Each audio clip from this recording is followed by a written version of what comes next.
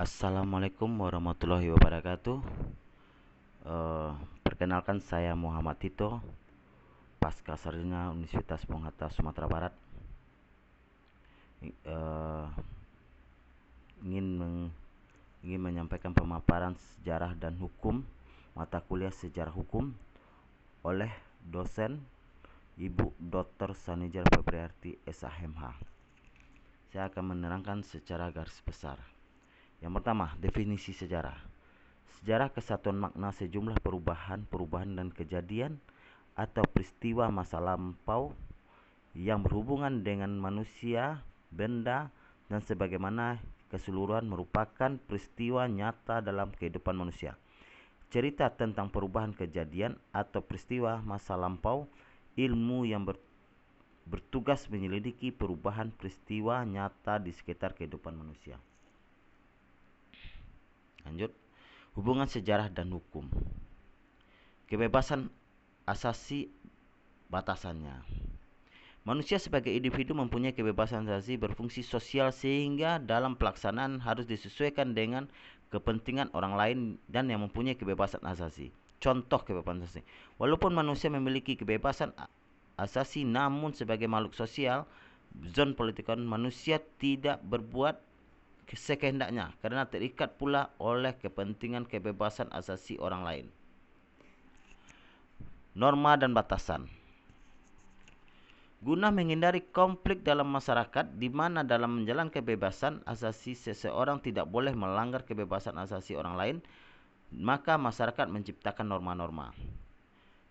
Norma yang ada di dalam masyarakat. Apa perbedaan norma tersebut? Sebagai batasan pelaksanaan kebebasan asasi dalam masyarakat, kemudian ada yang berlaku norma, yaitu norma agama, norma susila, norma adat, maupun norma hukum.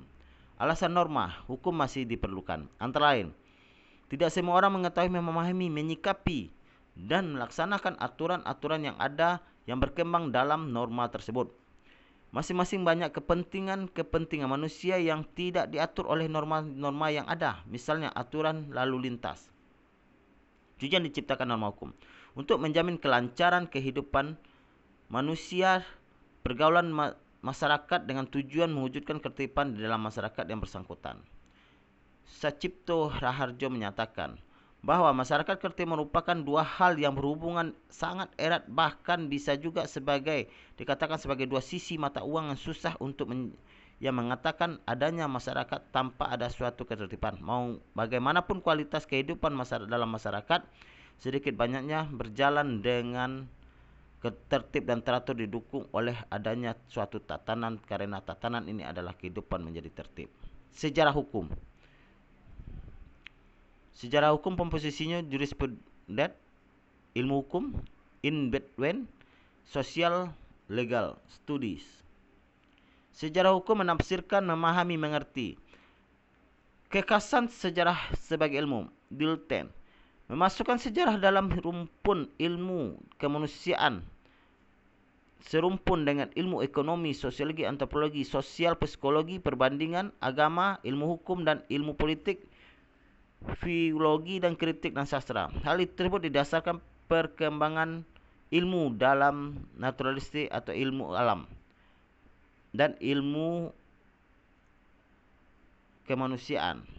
Penggolongan itu didasarkan anggapan bahwa sejarah menggunakan pendekatan memahami inner konteks dari perbuatan yang tidak dinyatakan dalam kata-kata pelaku sendiri. Sifat pendekatan sejarah.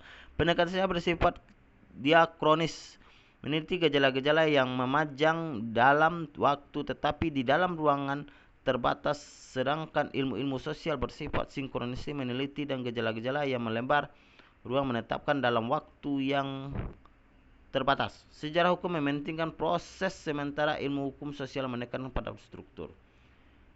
Menuturkan gejala tunggal. Sejarah di samping bersifat diskriminatif, eksploitatif yang sama dengan ilmu sosial lainnya, namun diskriminatif penceritaan bersifat menuturkan gejala-gejala tunggal atau unik, ideografik dan yang berbeda dengan ilmu sosial. Kita lanjut. Sejarah sebagai ilmu hukum terikat dengan prosedur penelitian ilmiah yang juga dapat menalarkan bersandar pada fakta bahasa Latin faktus apa yang sudah selesai. Definisi sejarah Kunto Wijoyo.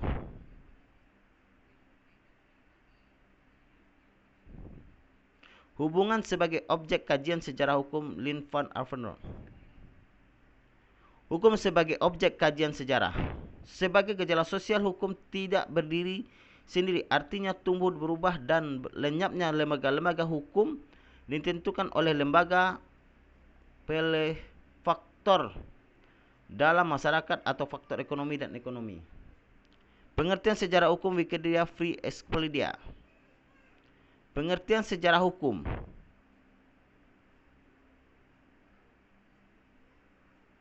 Pengertian sejarah hukum, dua keburukan berhubungan dengan ide-ide institusi-institusi masa lalu yang diceraikan dari konteks historis.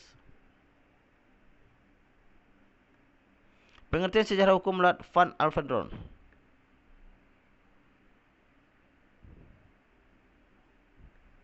Pendekatan. Sejarah hukum modern cenderung menekankan pada konstitusi sistem hukum tertentu pada masa lalu dengan menekankan bagaimana sistem hukum masa lalu berinteraksi dengan konteks sosial, politik, ekonomi ketika ia muncul, kata lain mengekspresikan hukum dan perubahan hukum dalam konteks periode berbeda. Tujuan sejarah hukum Zulghazal. Sejarah hukum. Sejarah hukum yang lebih ambisius didasarkan teori hukum atau legal theory. Dalam pengertian pertanyaan sama tujuan, kemudian sebagai contoh. Pertanyaan yang bisa yang dipelajari menurut Sucipto Harjo.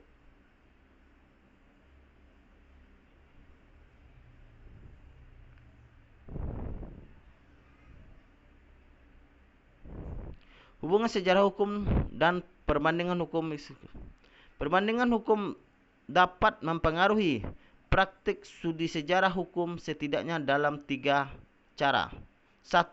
Studi perbandingan hukum mengenai fakta-fakta historis. 2. Perbandingan hukum dapat membantu sejarawan hukum. 3. Perbandingan hukum dapat mempertajam historiografi. Hubungan sejarah hukum dan perbandingan hukum. Hubungan sejarah hukum dan perbandingan hukum.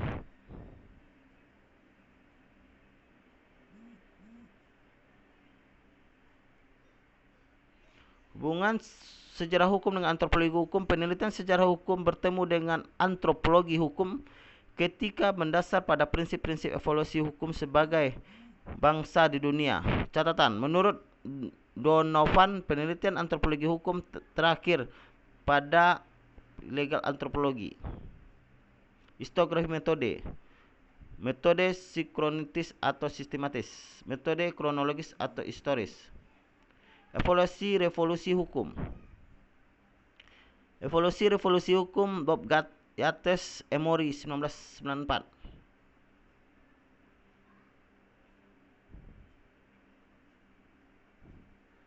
Evolusi revolusi hukum. Revolusi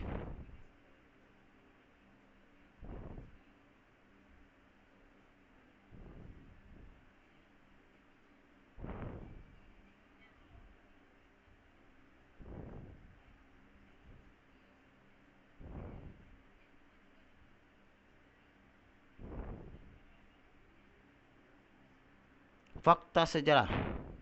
Menurut Becker, fakta sejarah dapat dibedakan menjadi 2. Fakta sejarah fakta yang telah teruji kebenaran. Fakta yang belum dikenal, masih belum diselidiki kebenarannya. Apa fakta sejarah itu? Fakta adalah suatu pernyataan tentang suatu kejadian, peristiwa, perubahan hukum di dalam dilihat sebagai suatu peristiwa. Fakta tidak tunggal, melainkan ada sangat kompleks atau simbol merupakan pernyataan sederhana dalam bentuk dari hasil generasi fakta-fakta. Dengan demikian, fakta sejarah bukan hanya kejadian masa lalu yang memungkinkan dapat diberi makna imitatif. Melalui pemaknaan tersebut, simbol sejarawan dapat dinyatakan dalam artikel. Di manakah fakta sejarah itu? Kapan fakta sejarah itu muncul? Apabila fakta sejarah muncul secara imajinatif di dalam pikiran seorang, maka fakta itu menjadi bagian dari waktu sekarang. Perkataan sekarang sebetulnya merupakan suatu istilah yang tidak dipastikan, suatu titik yang tidak dapat dibatasi di dalam waktu akan hilang sebelum seseorang memikirkan. Dapat pula dikatakan fakta sejarah itu akan muncul apabila terdapat suatu tujuan. Fakta sejarah menurut dukung Presiden Soeharto, sebagai misalnya seseorang akan menghidupkan kembali fakta-fakta itu melalui pikiran ketika dia mempunyai tujuan sehubungan dengan turunnya Presiden Soeharto. Jadi tujuan fakta sejarah dapat muncul menjadi kapan saja. Baik, terima kasih atas penyampaian ini, semoga bisa bermanfaat.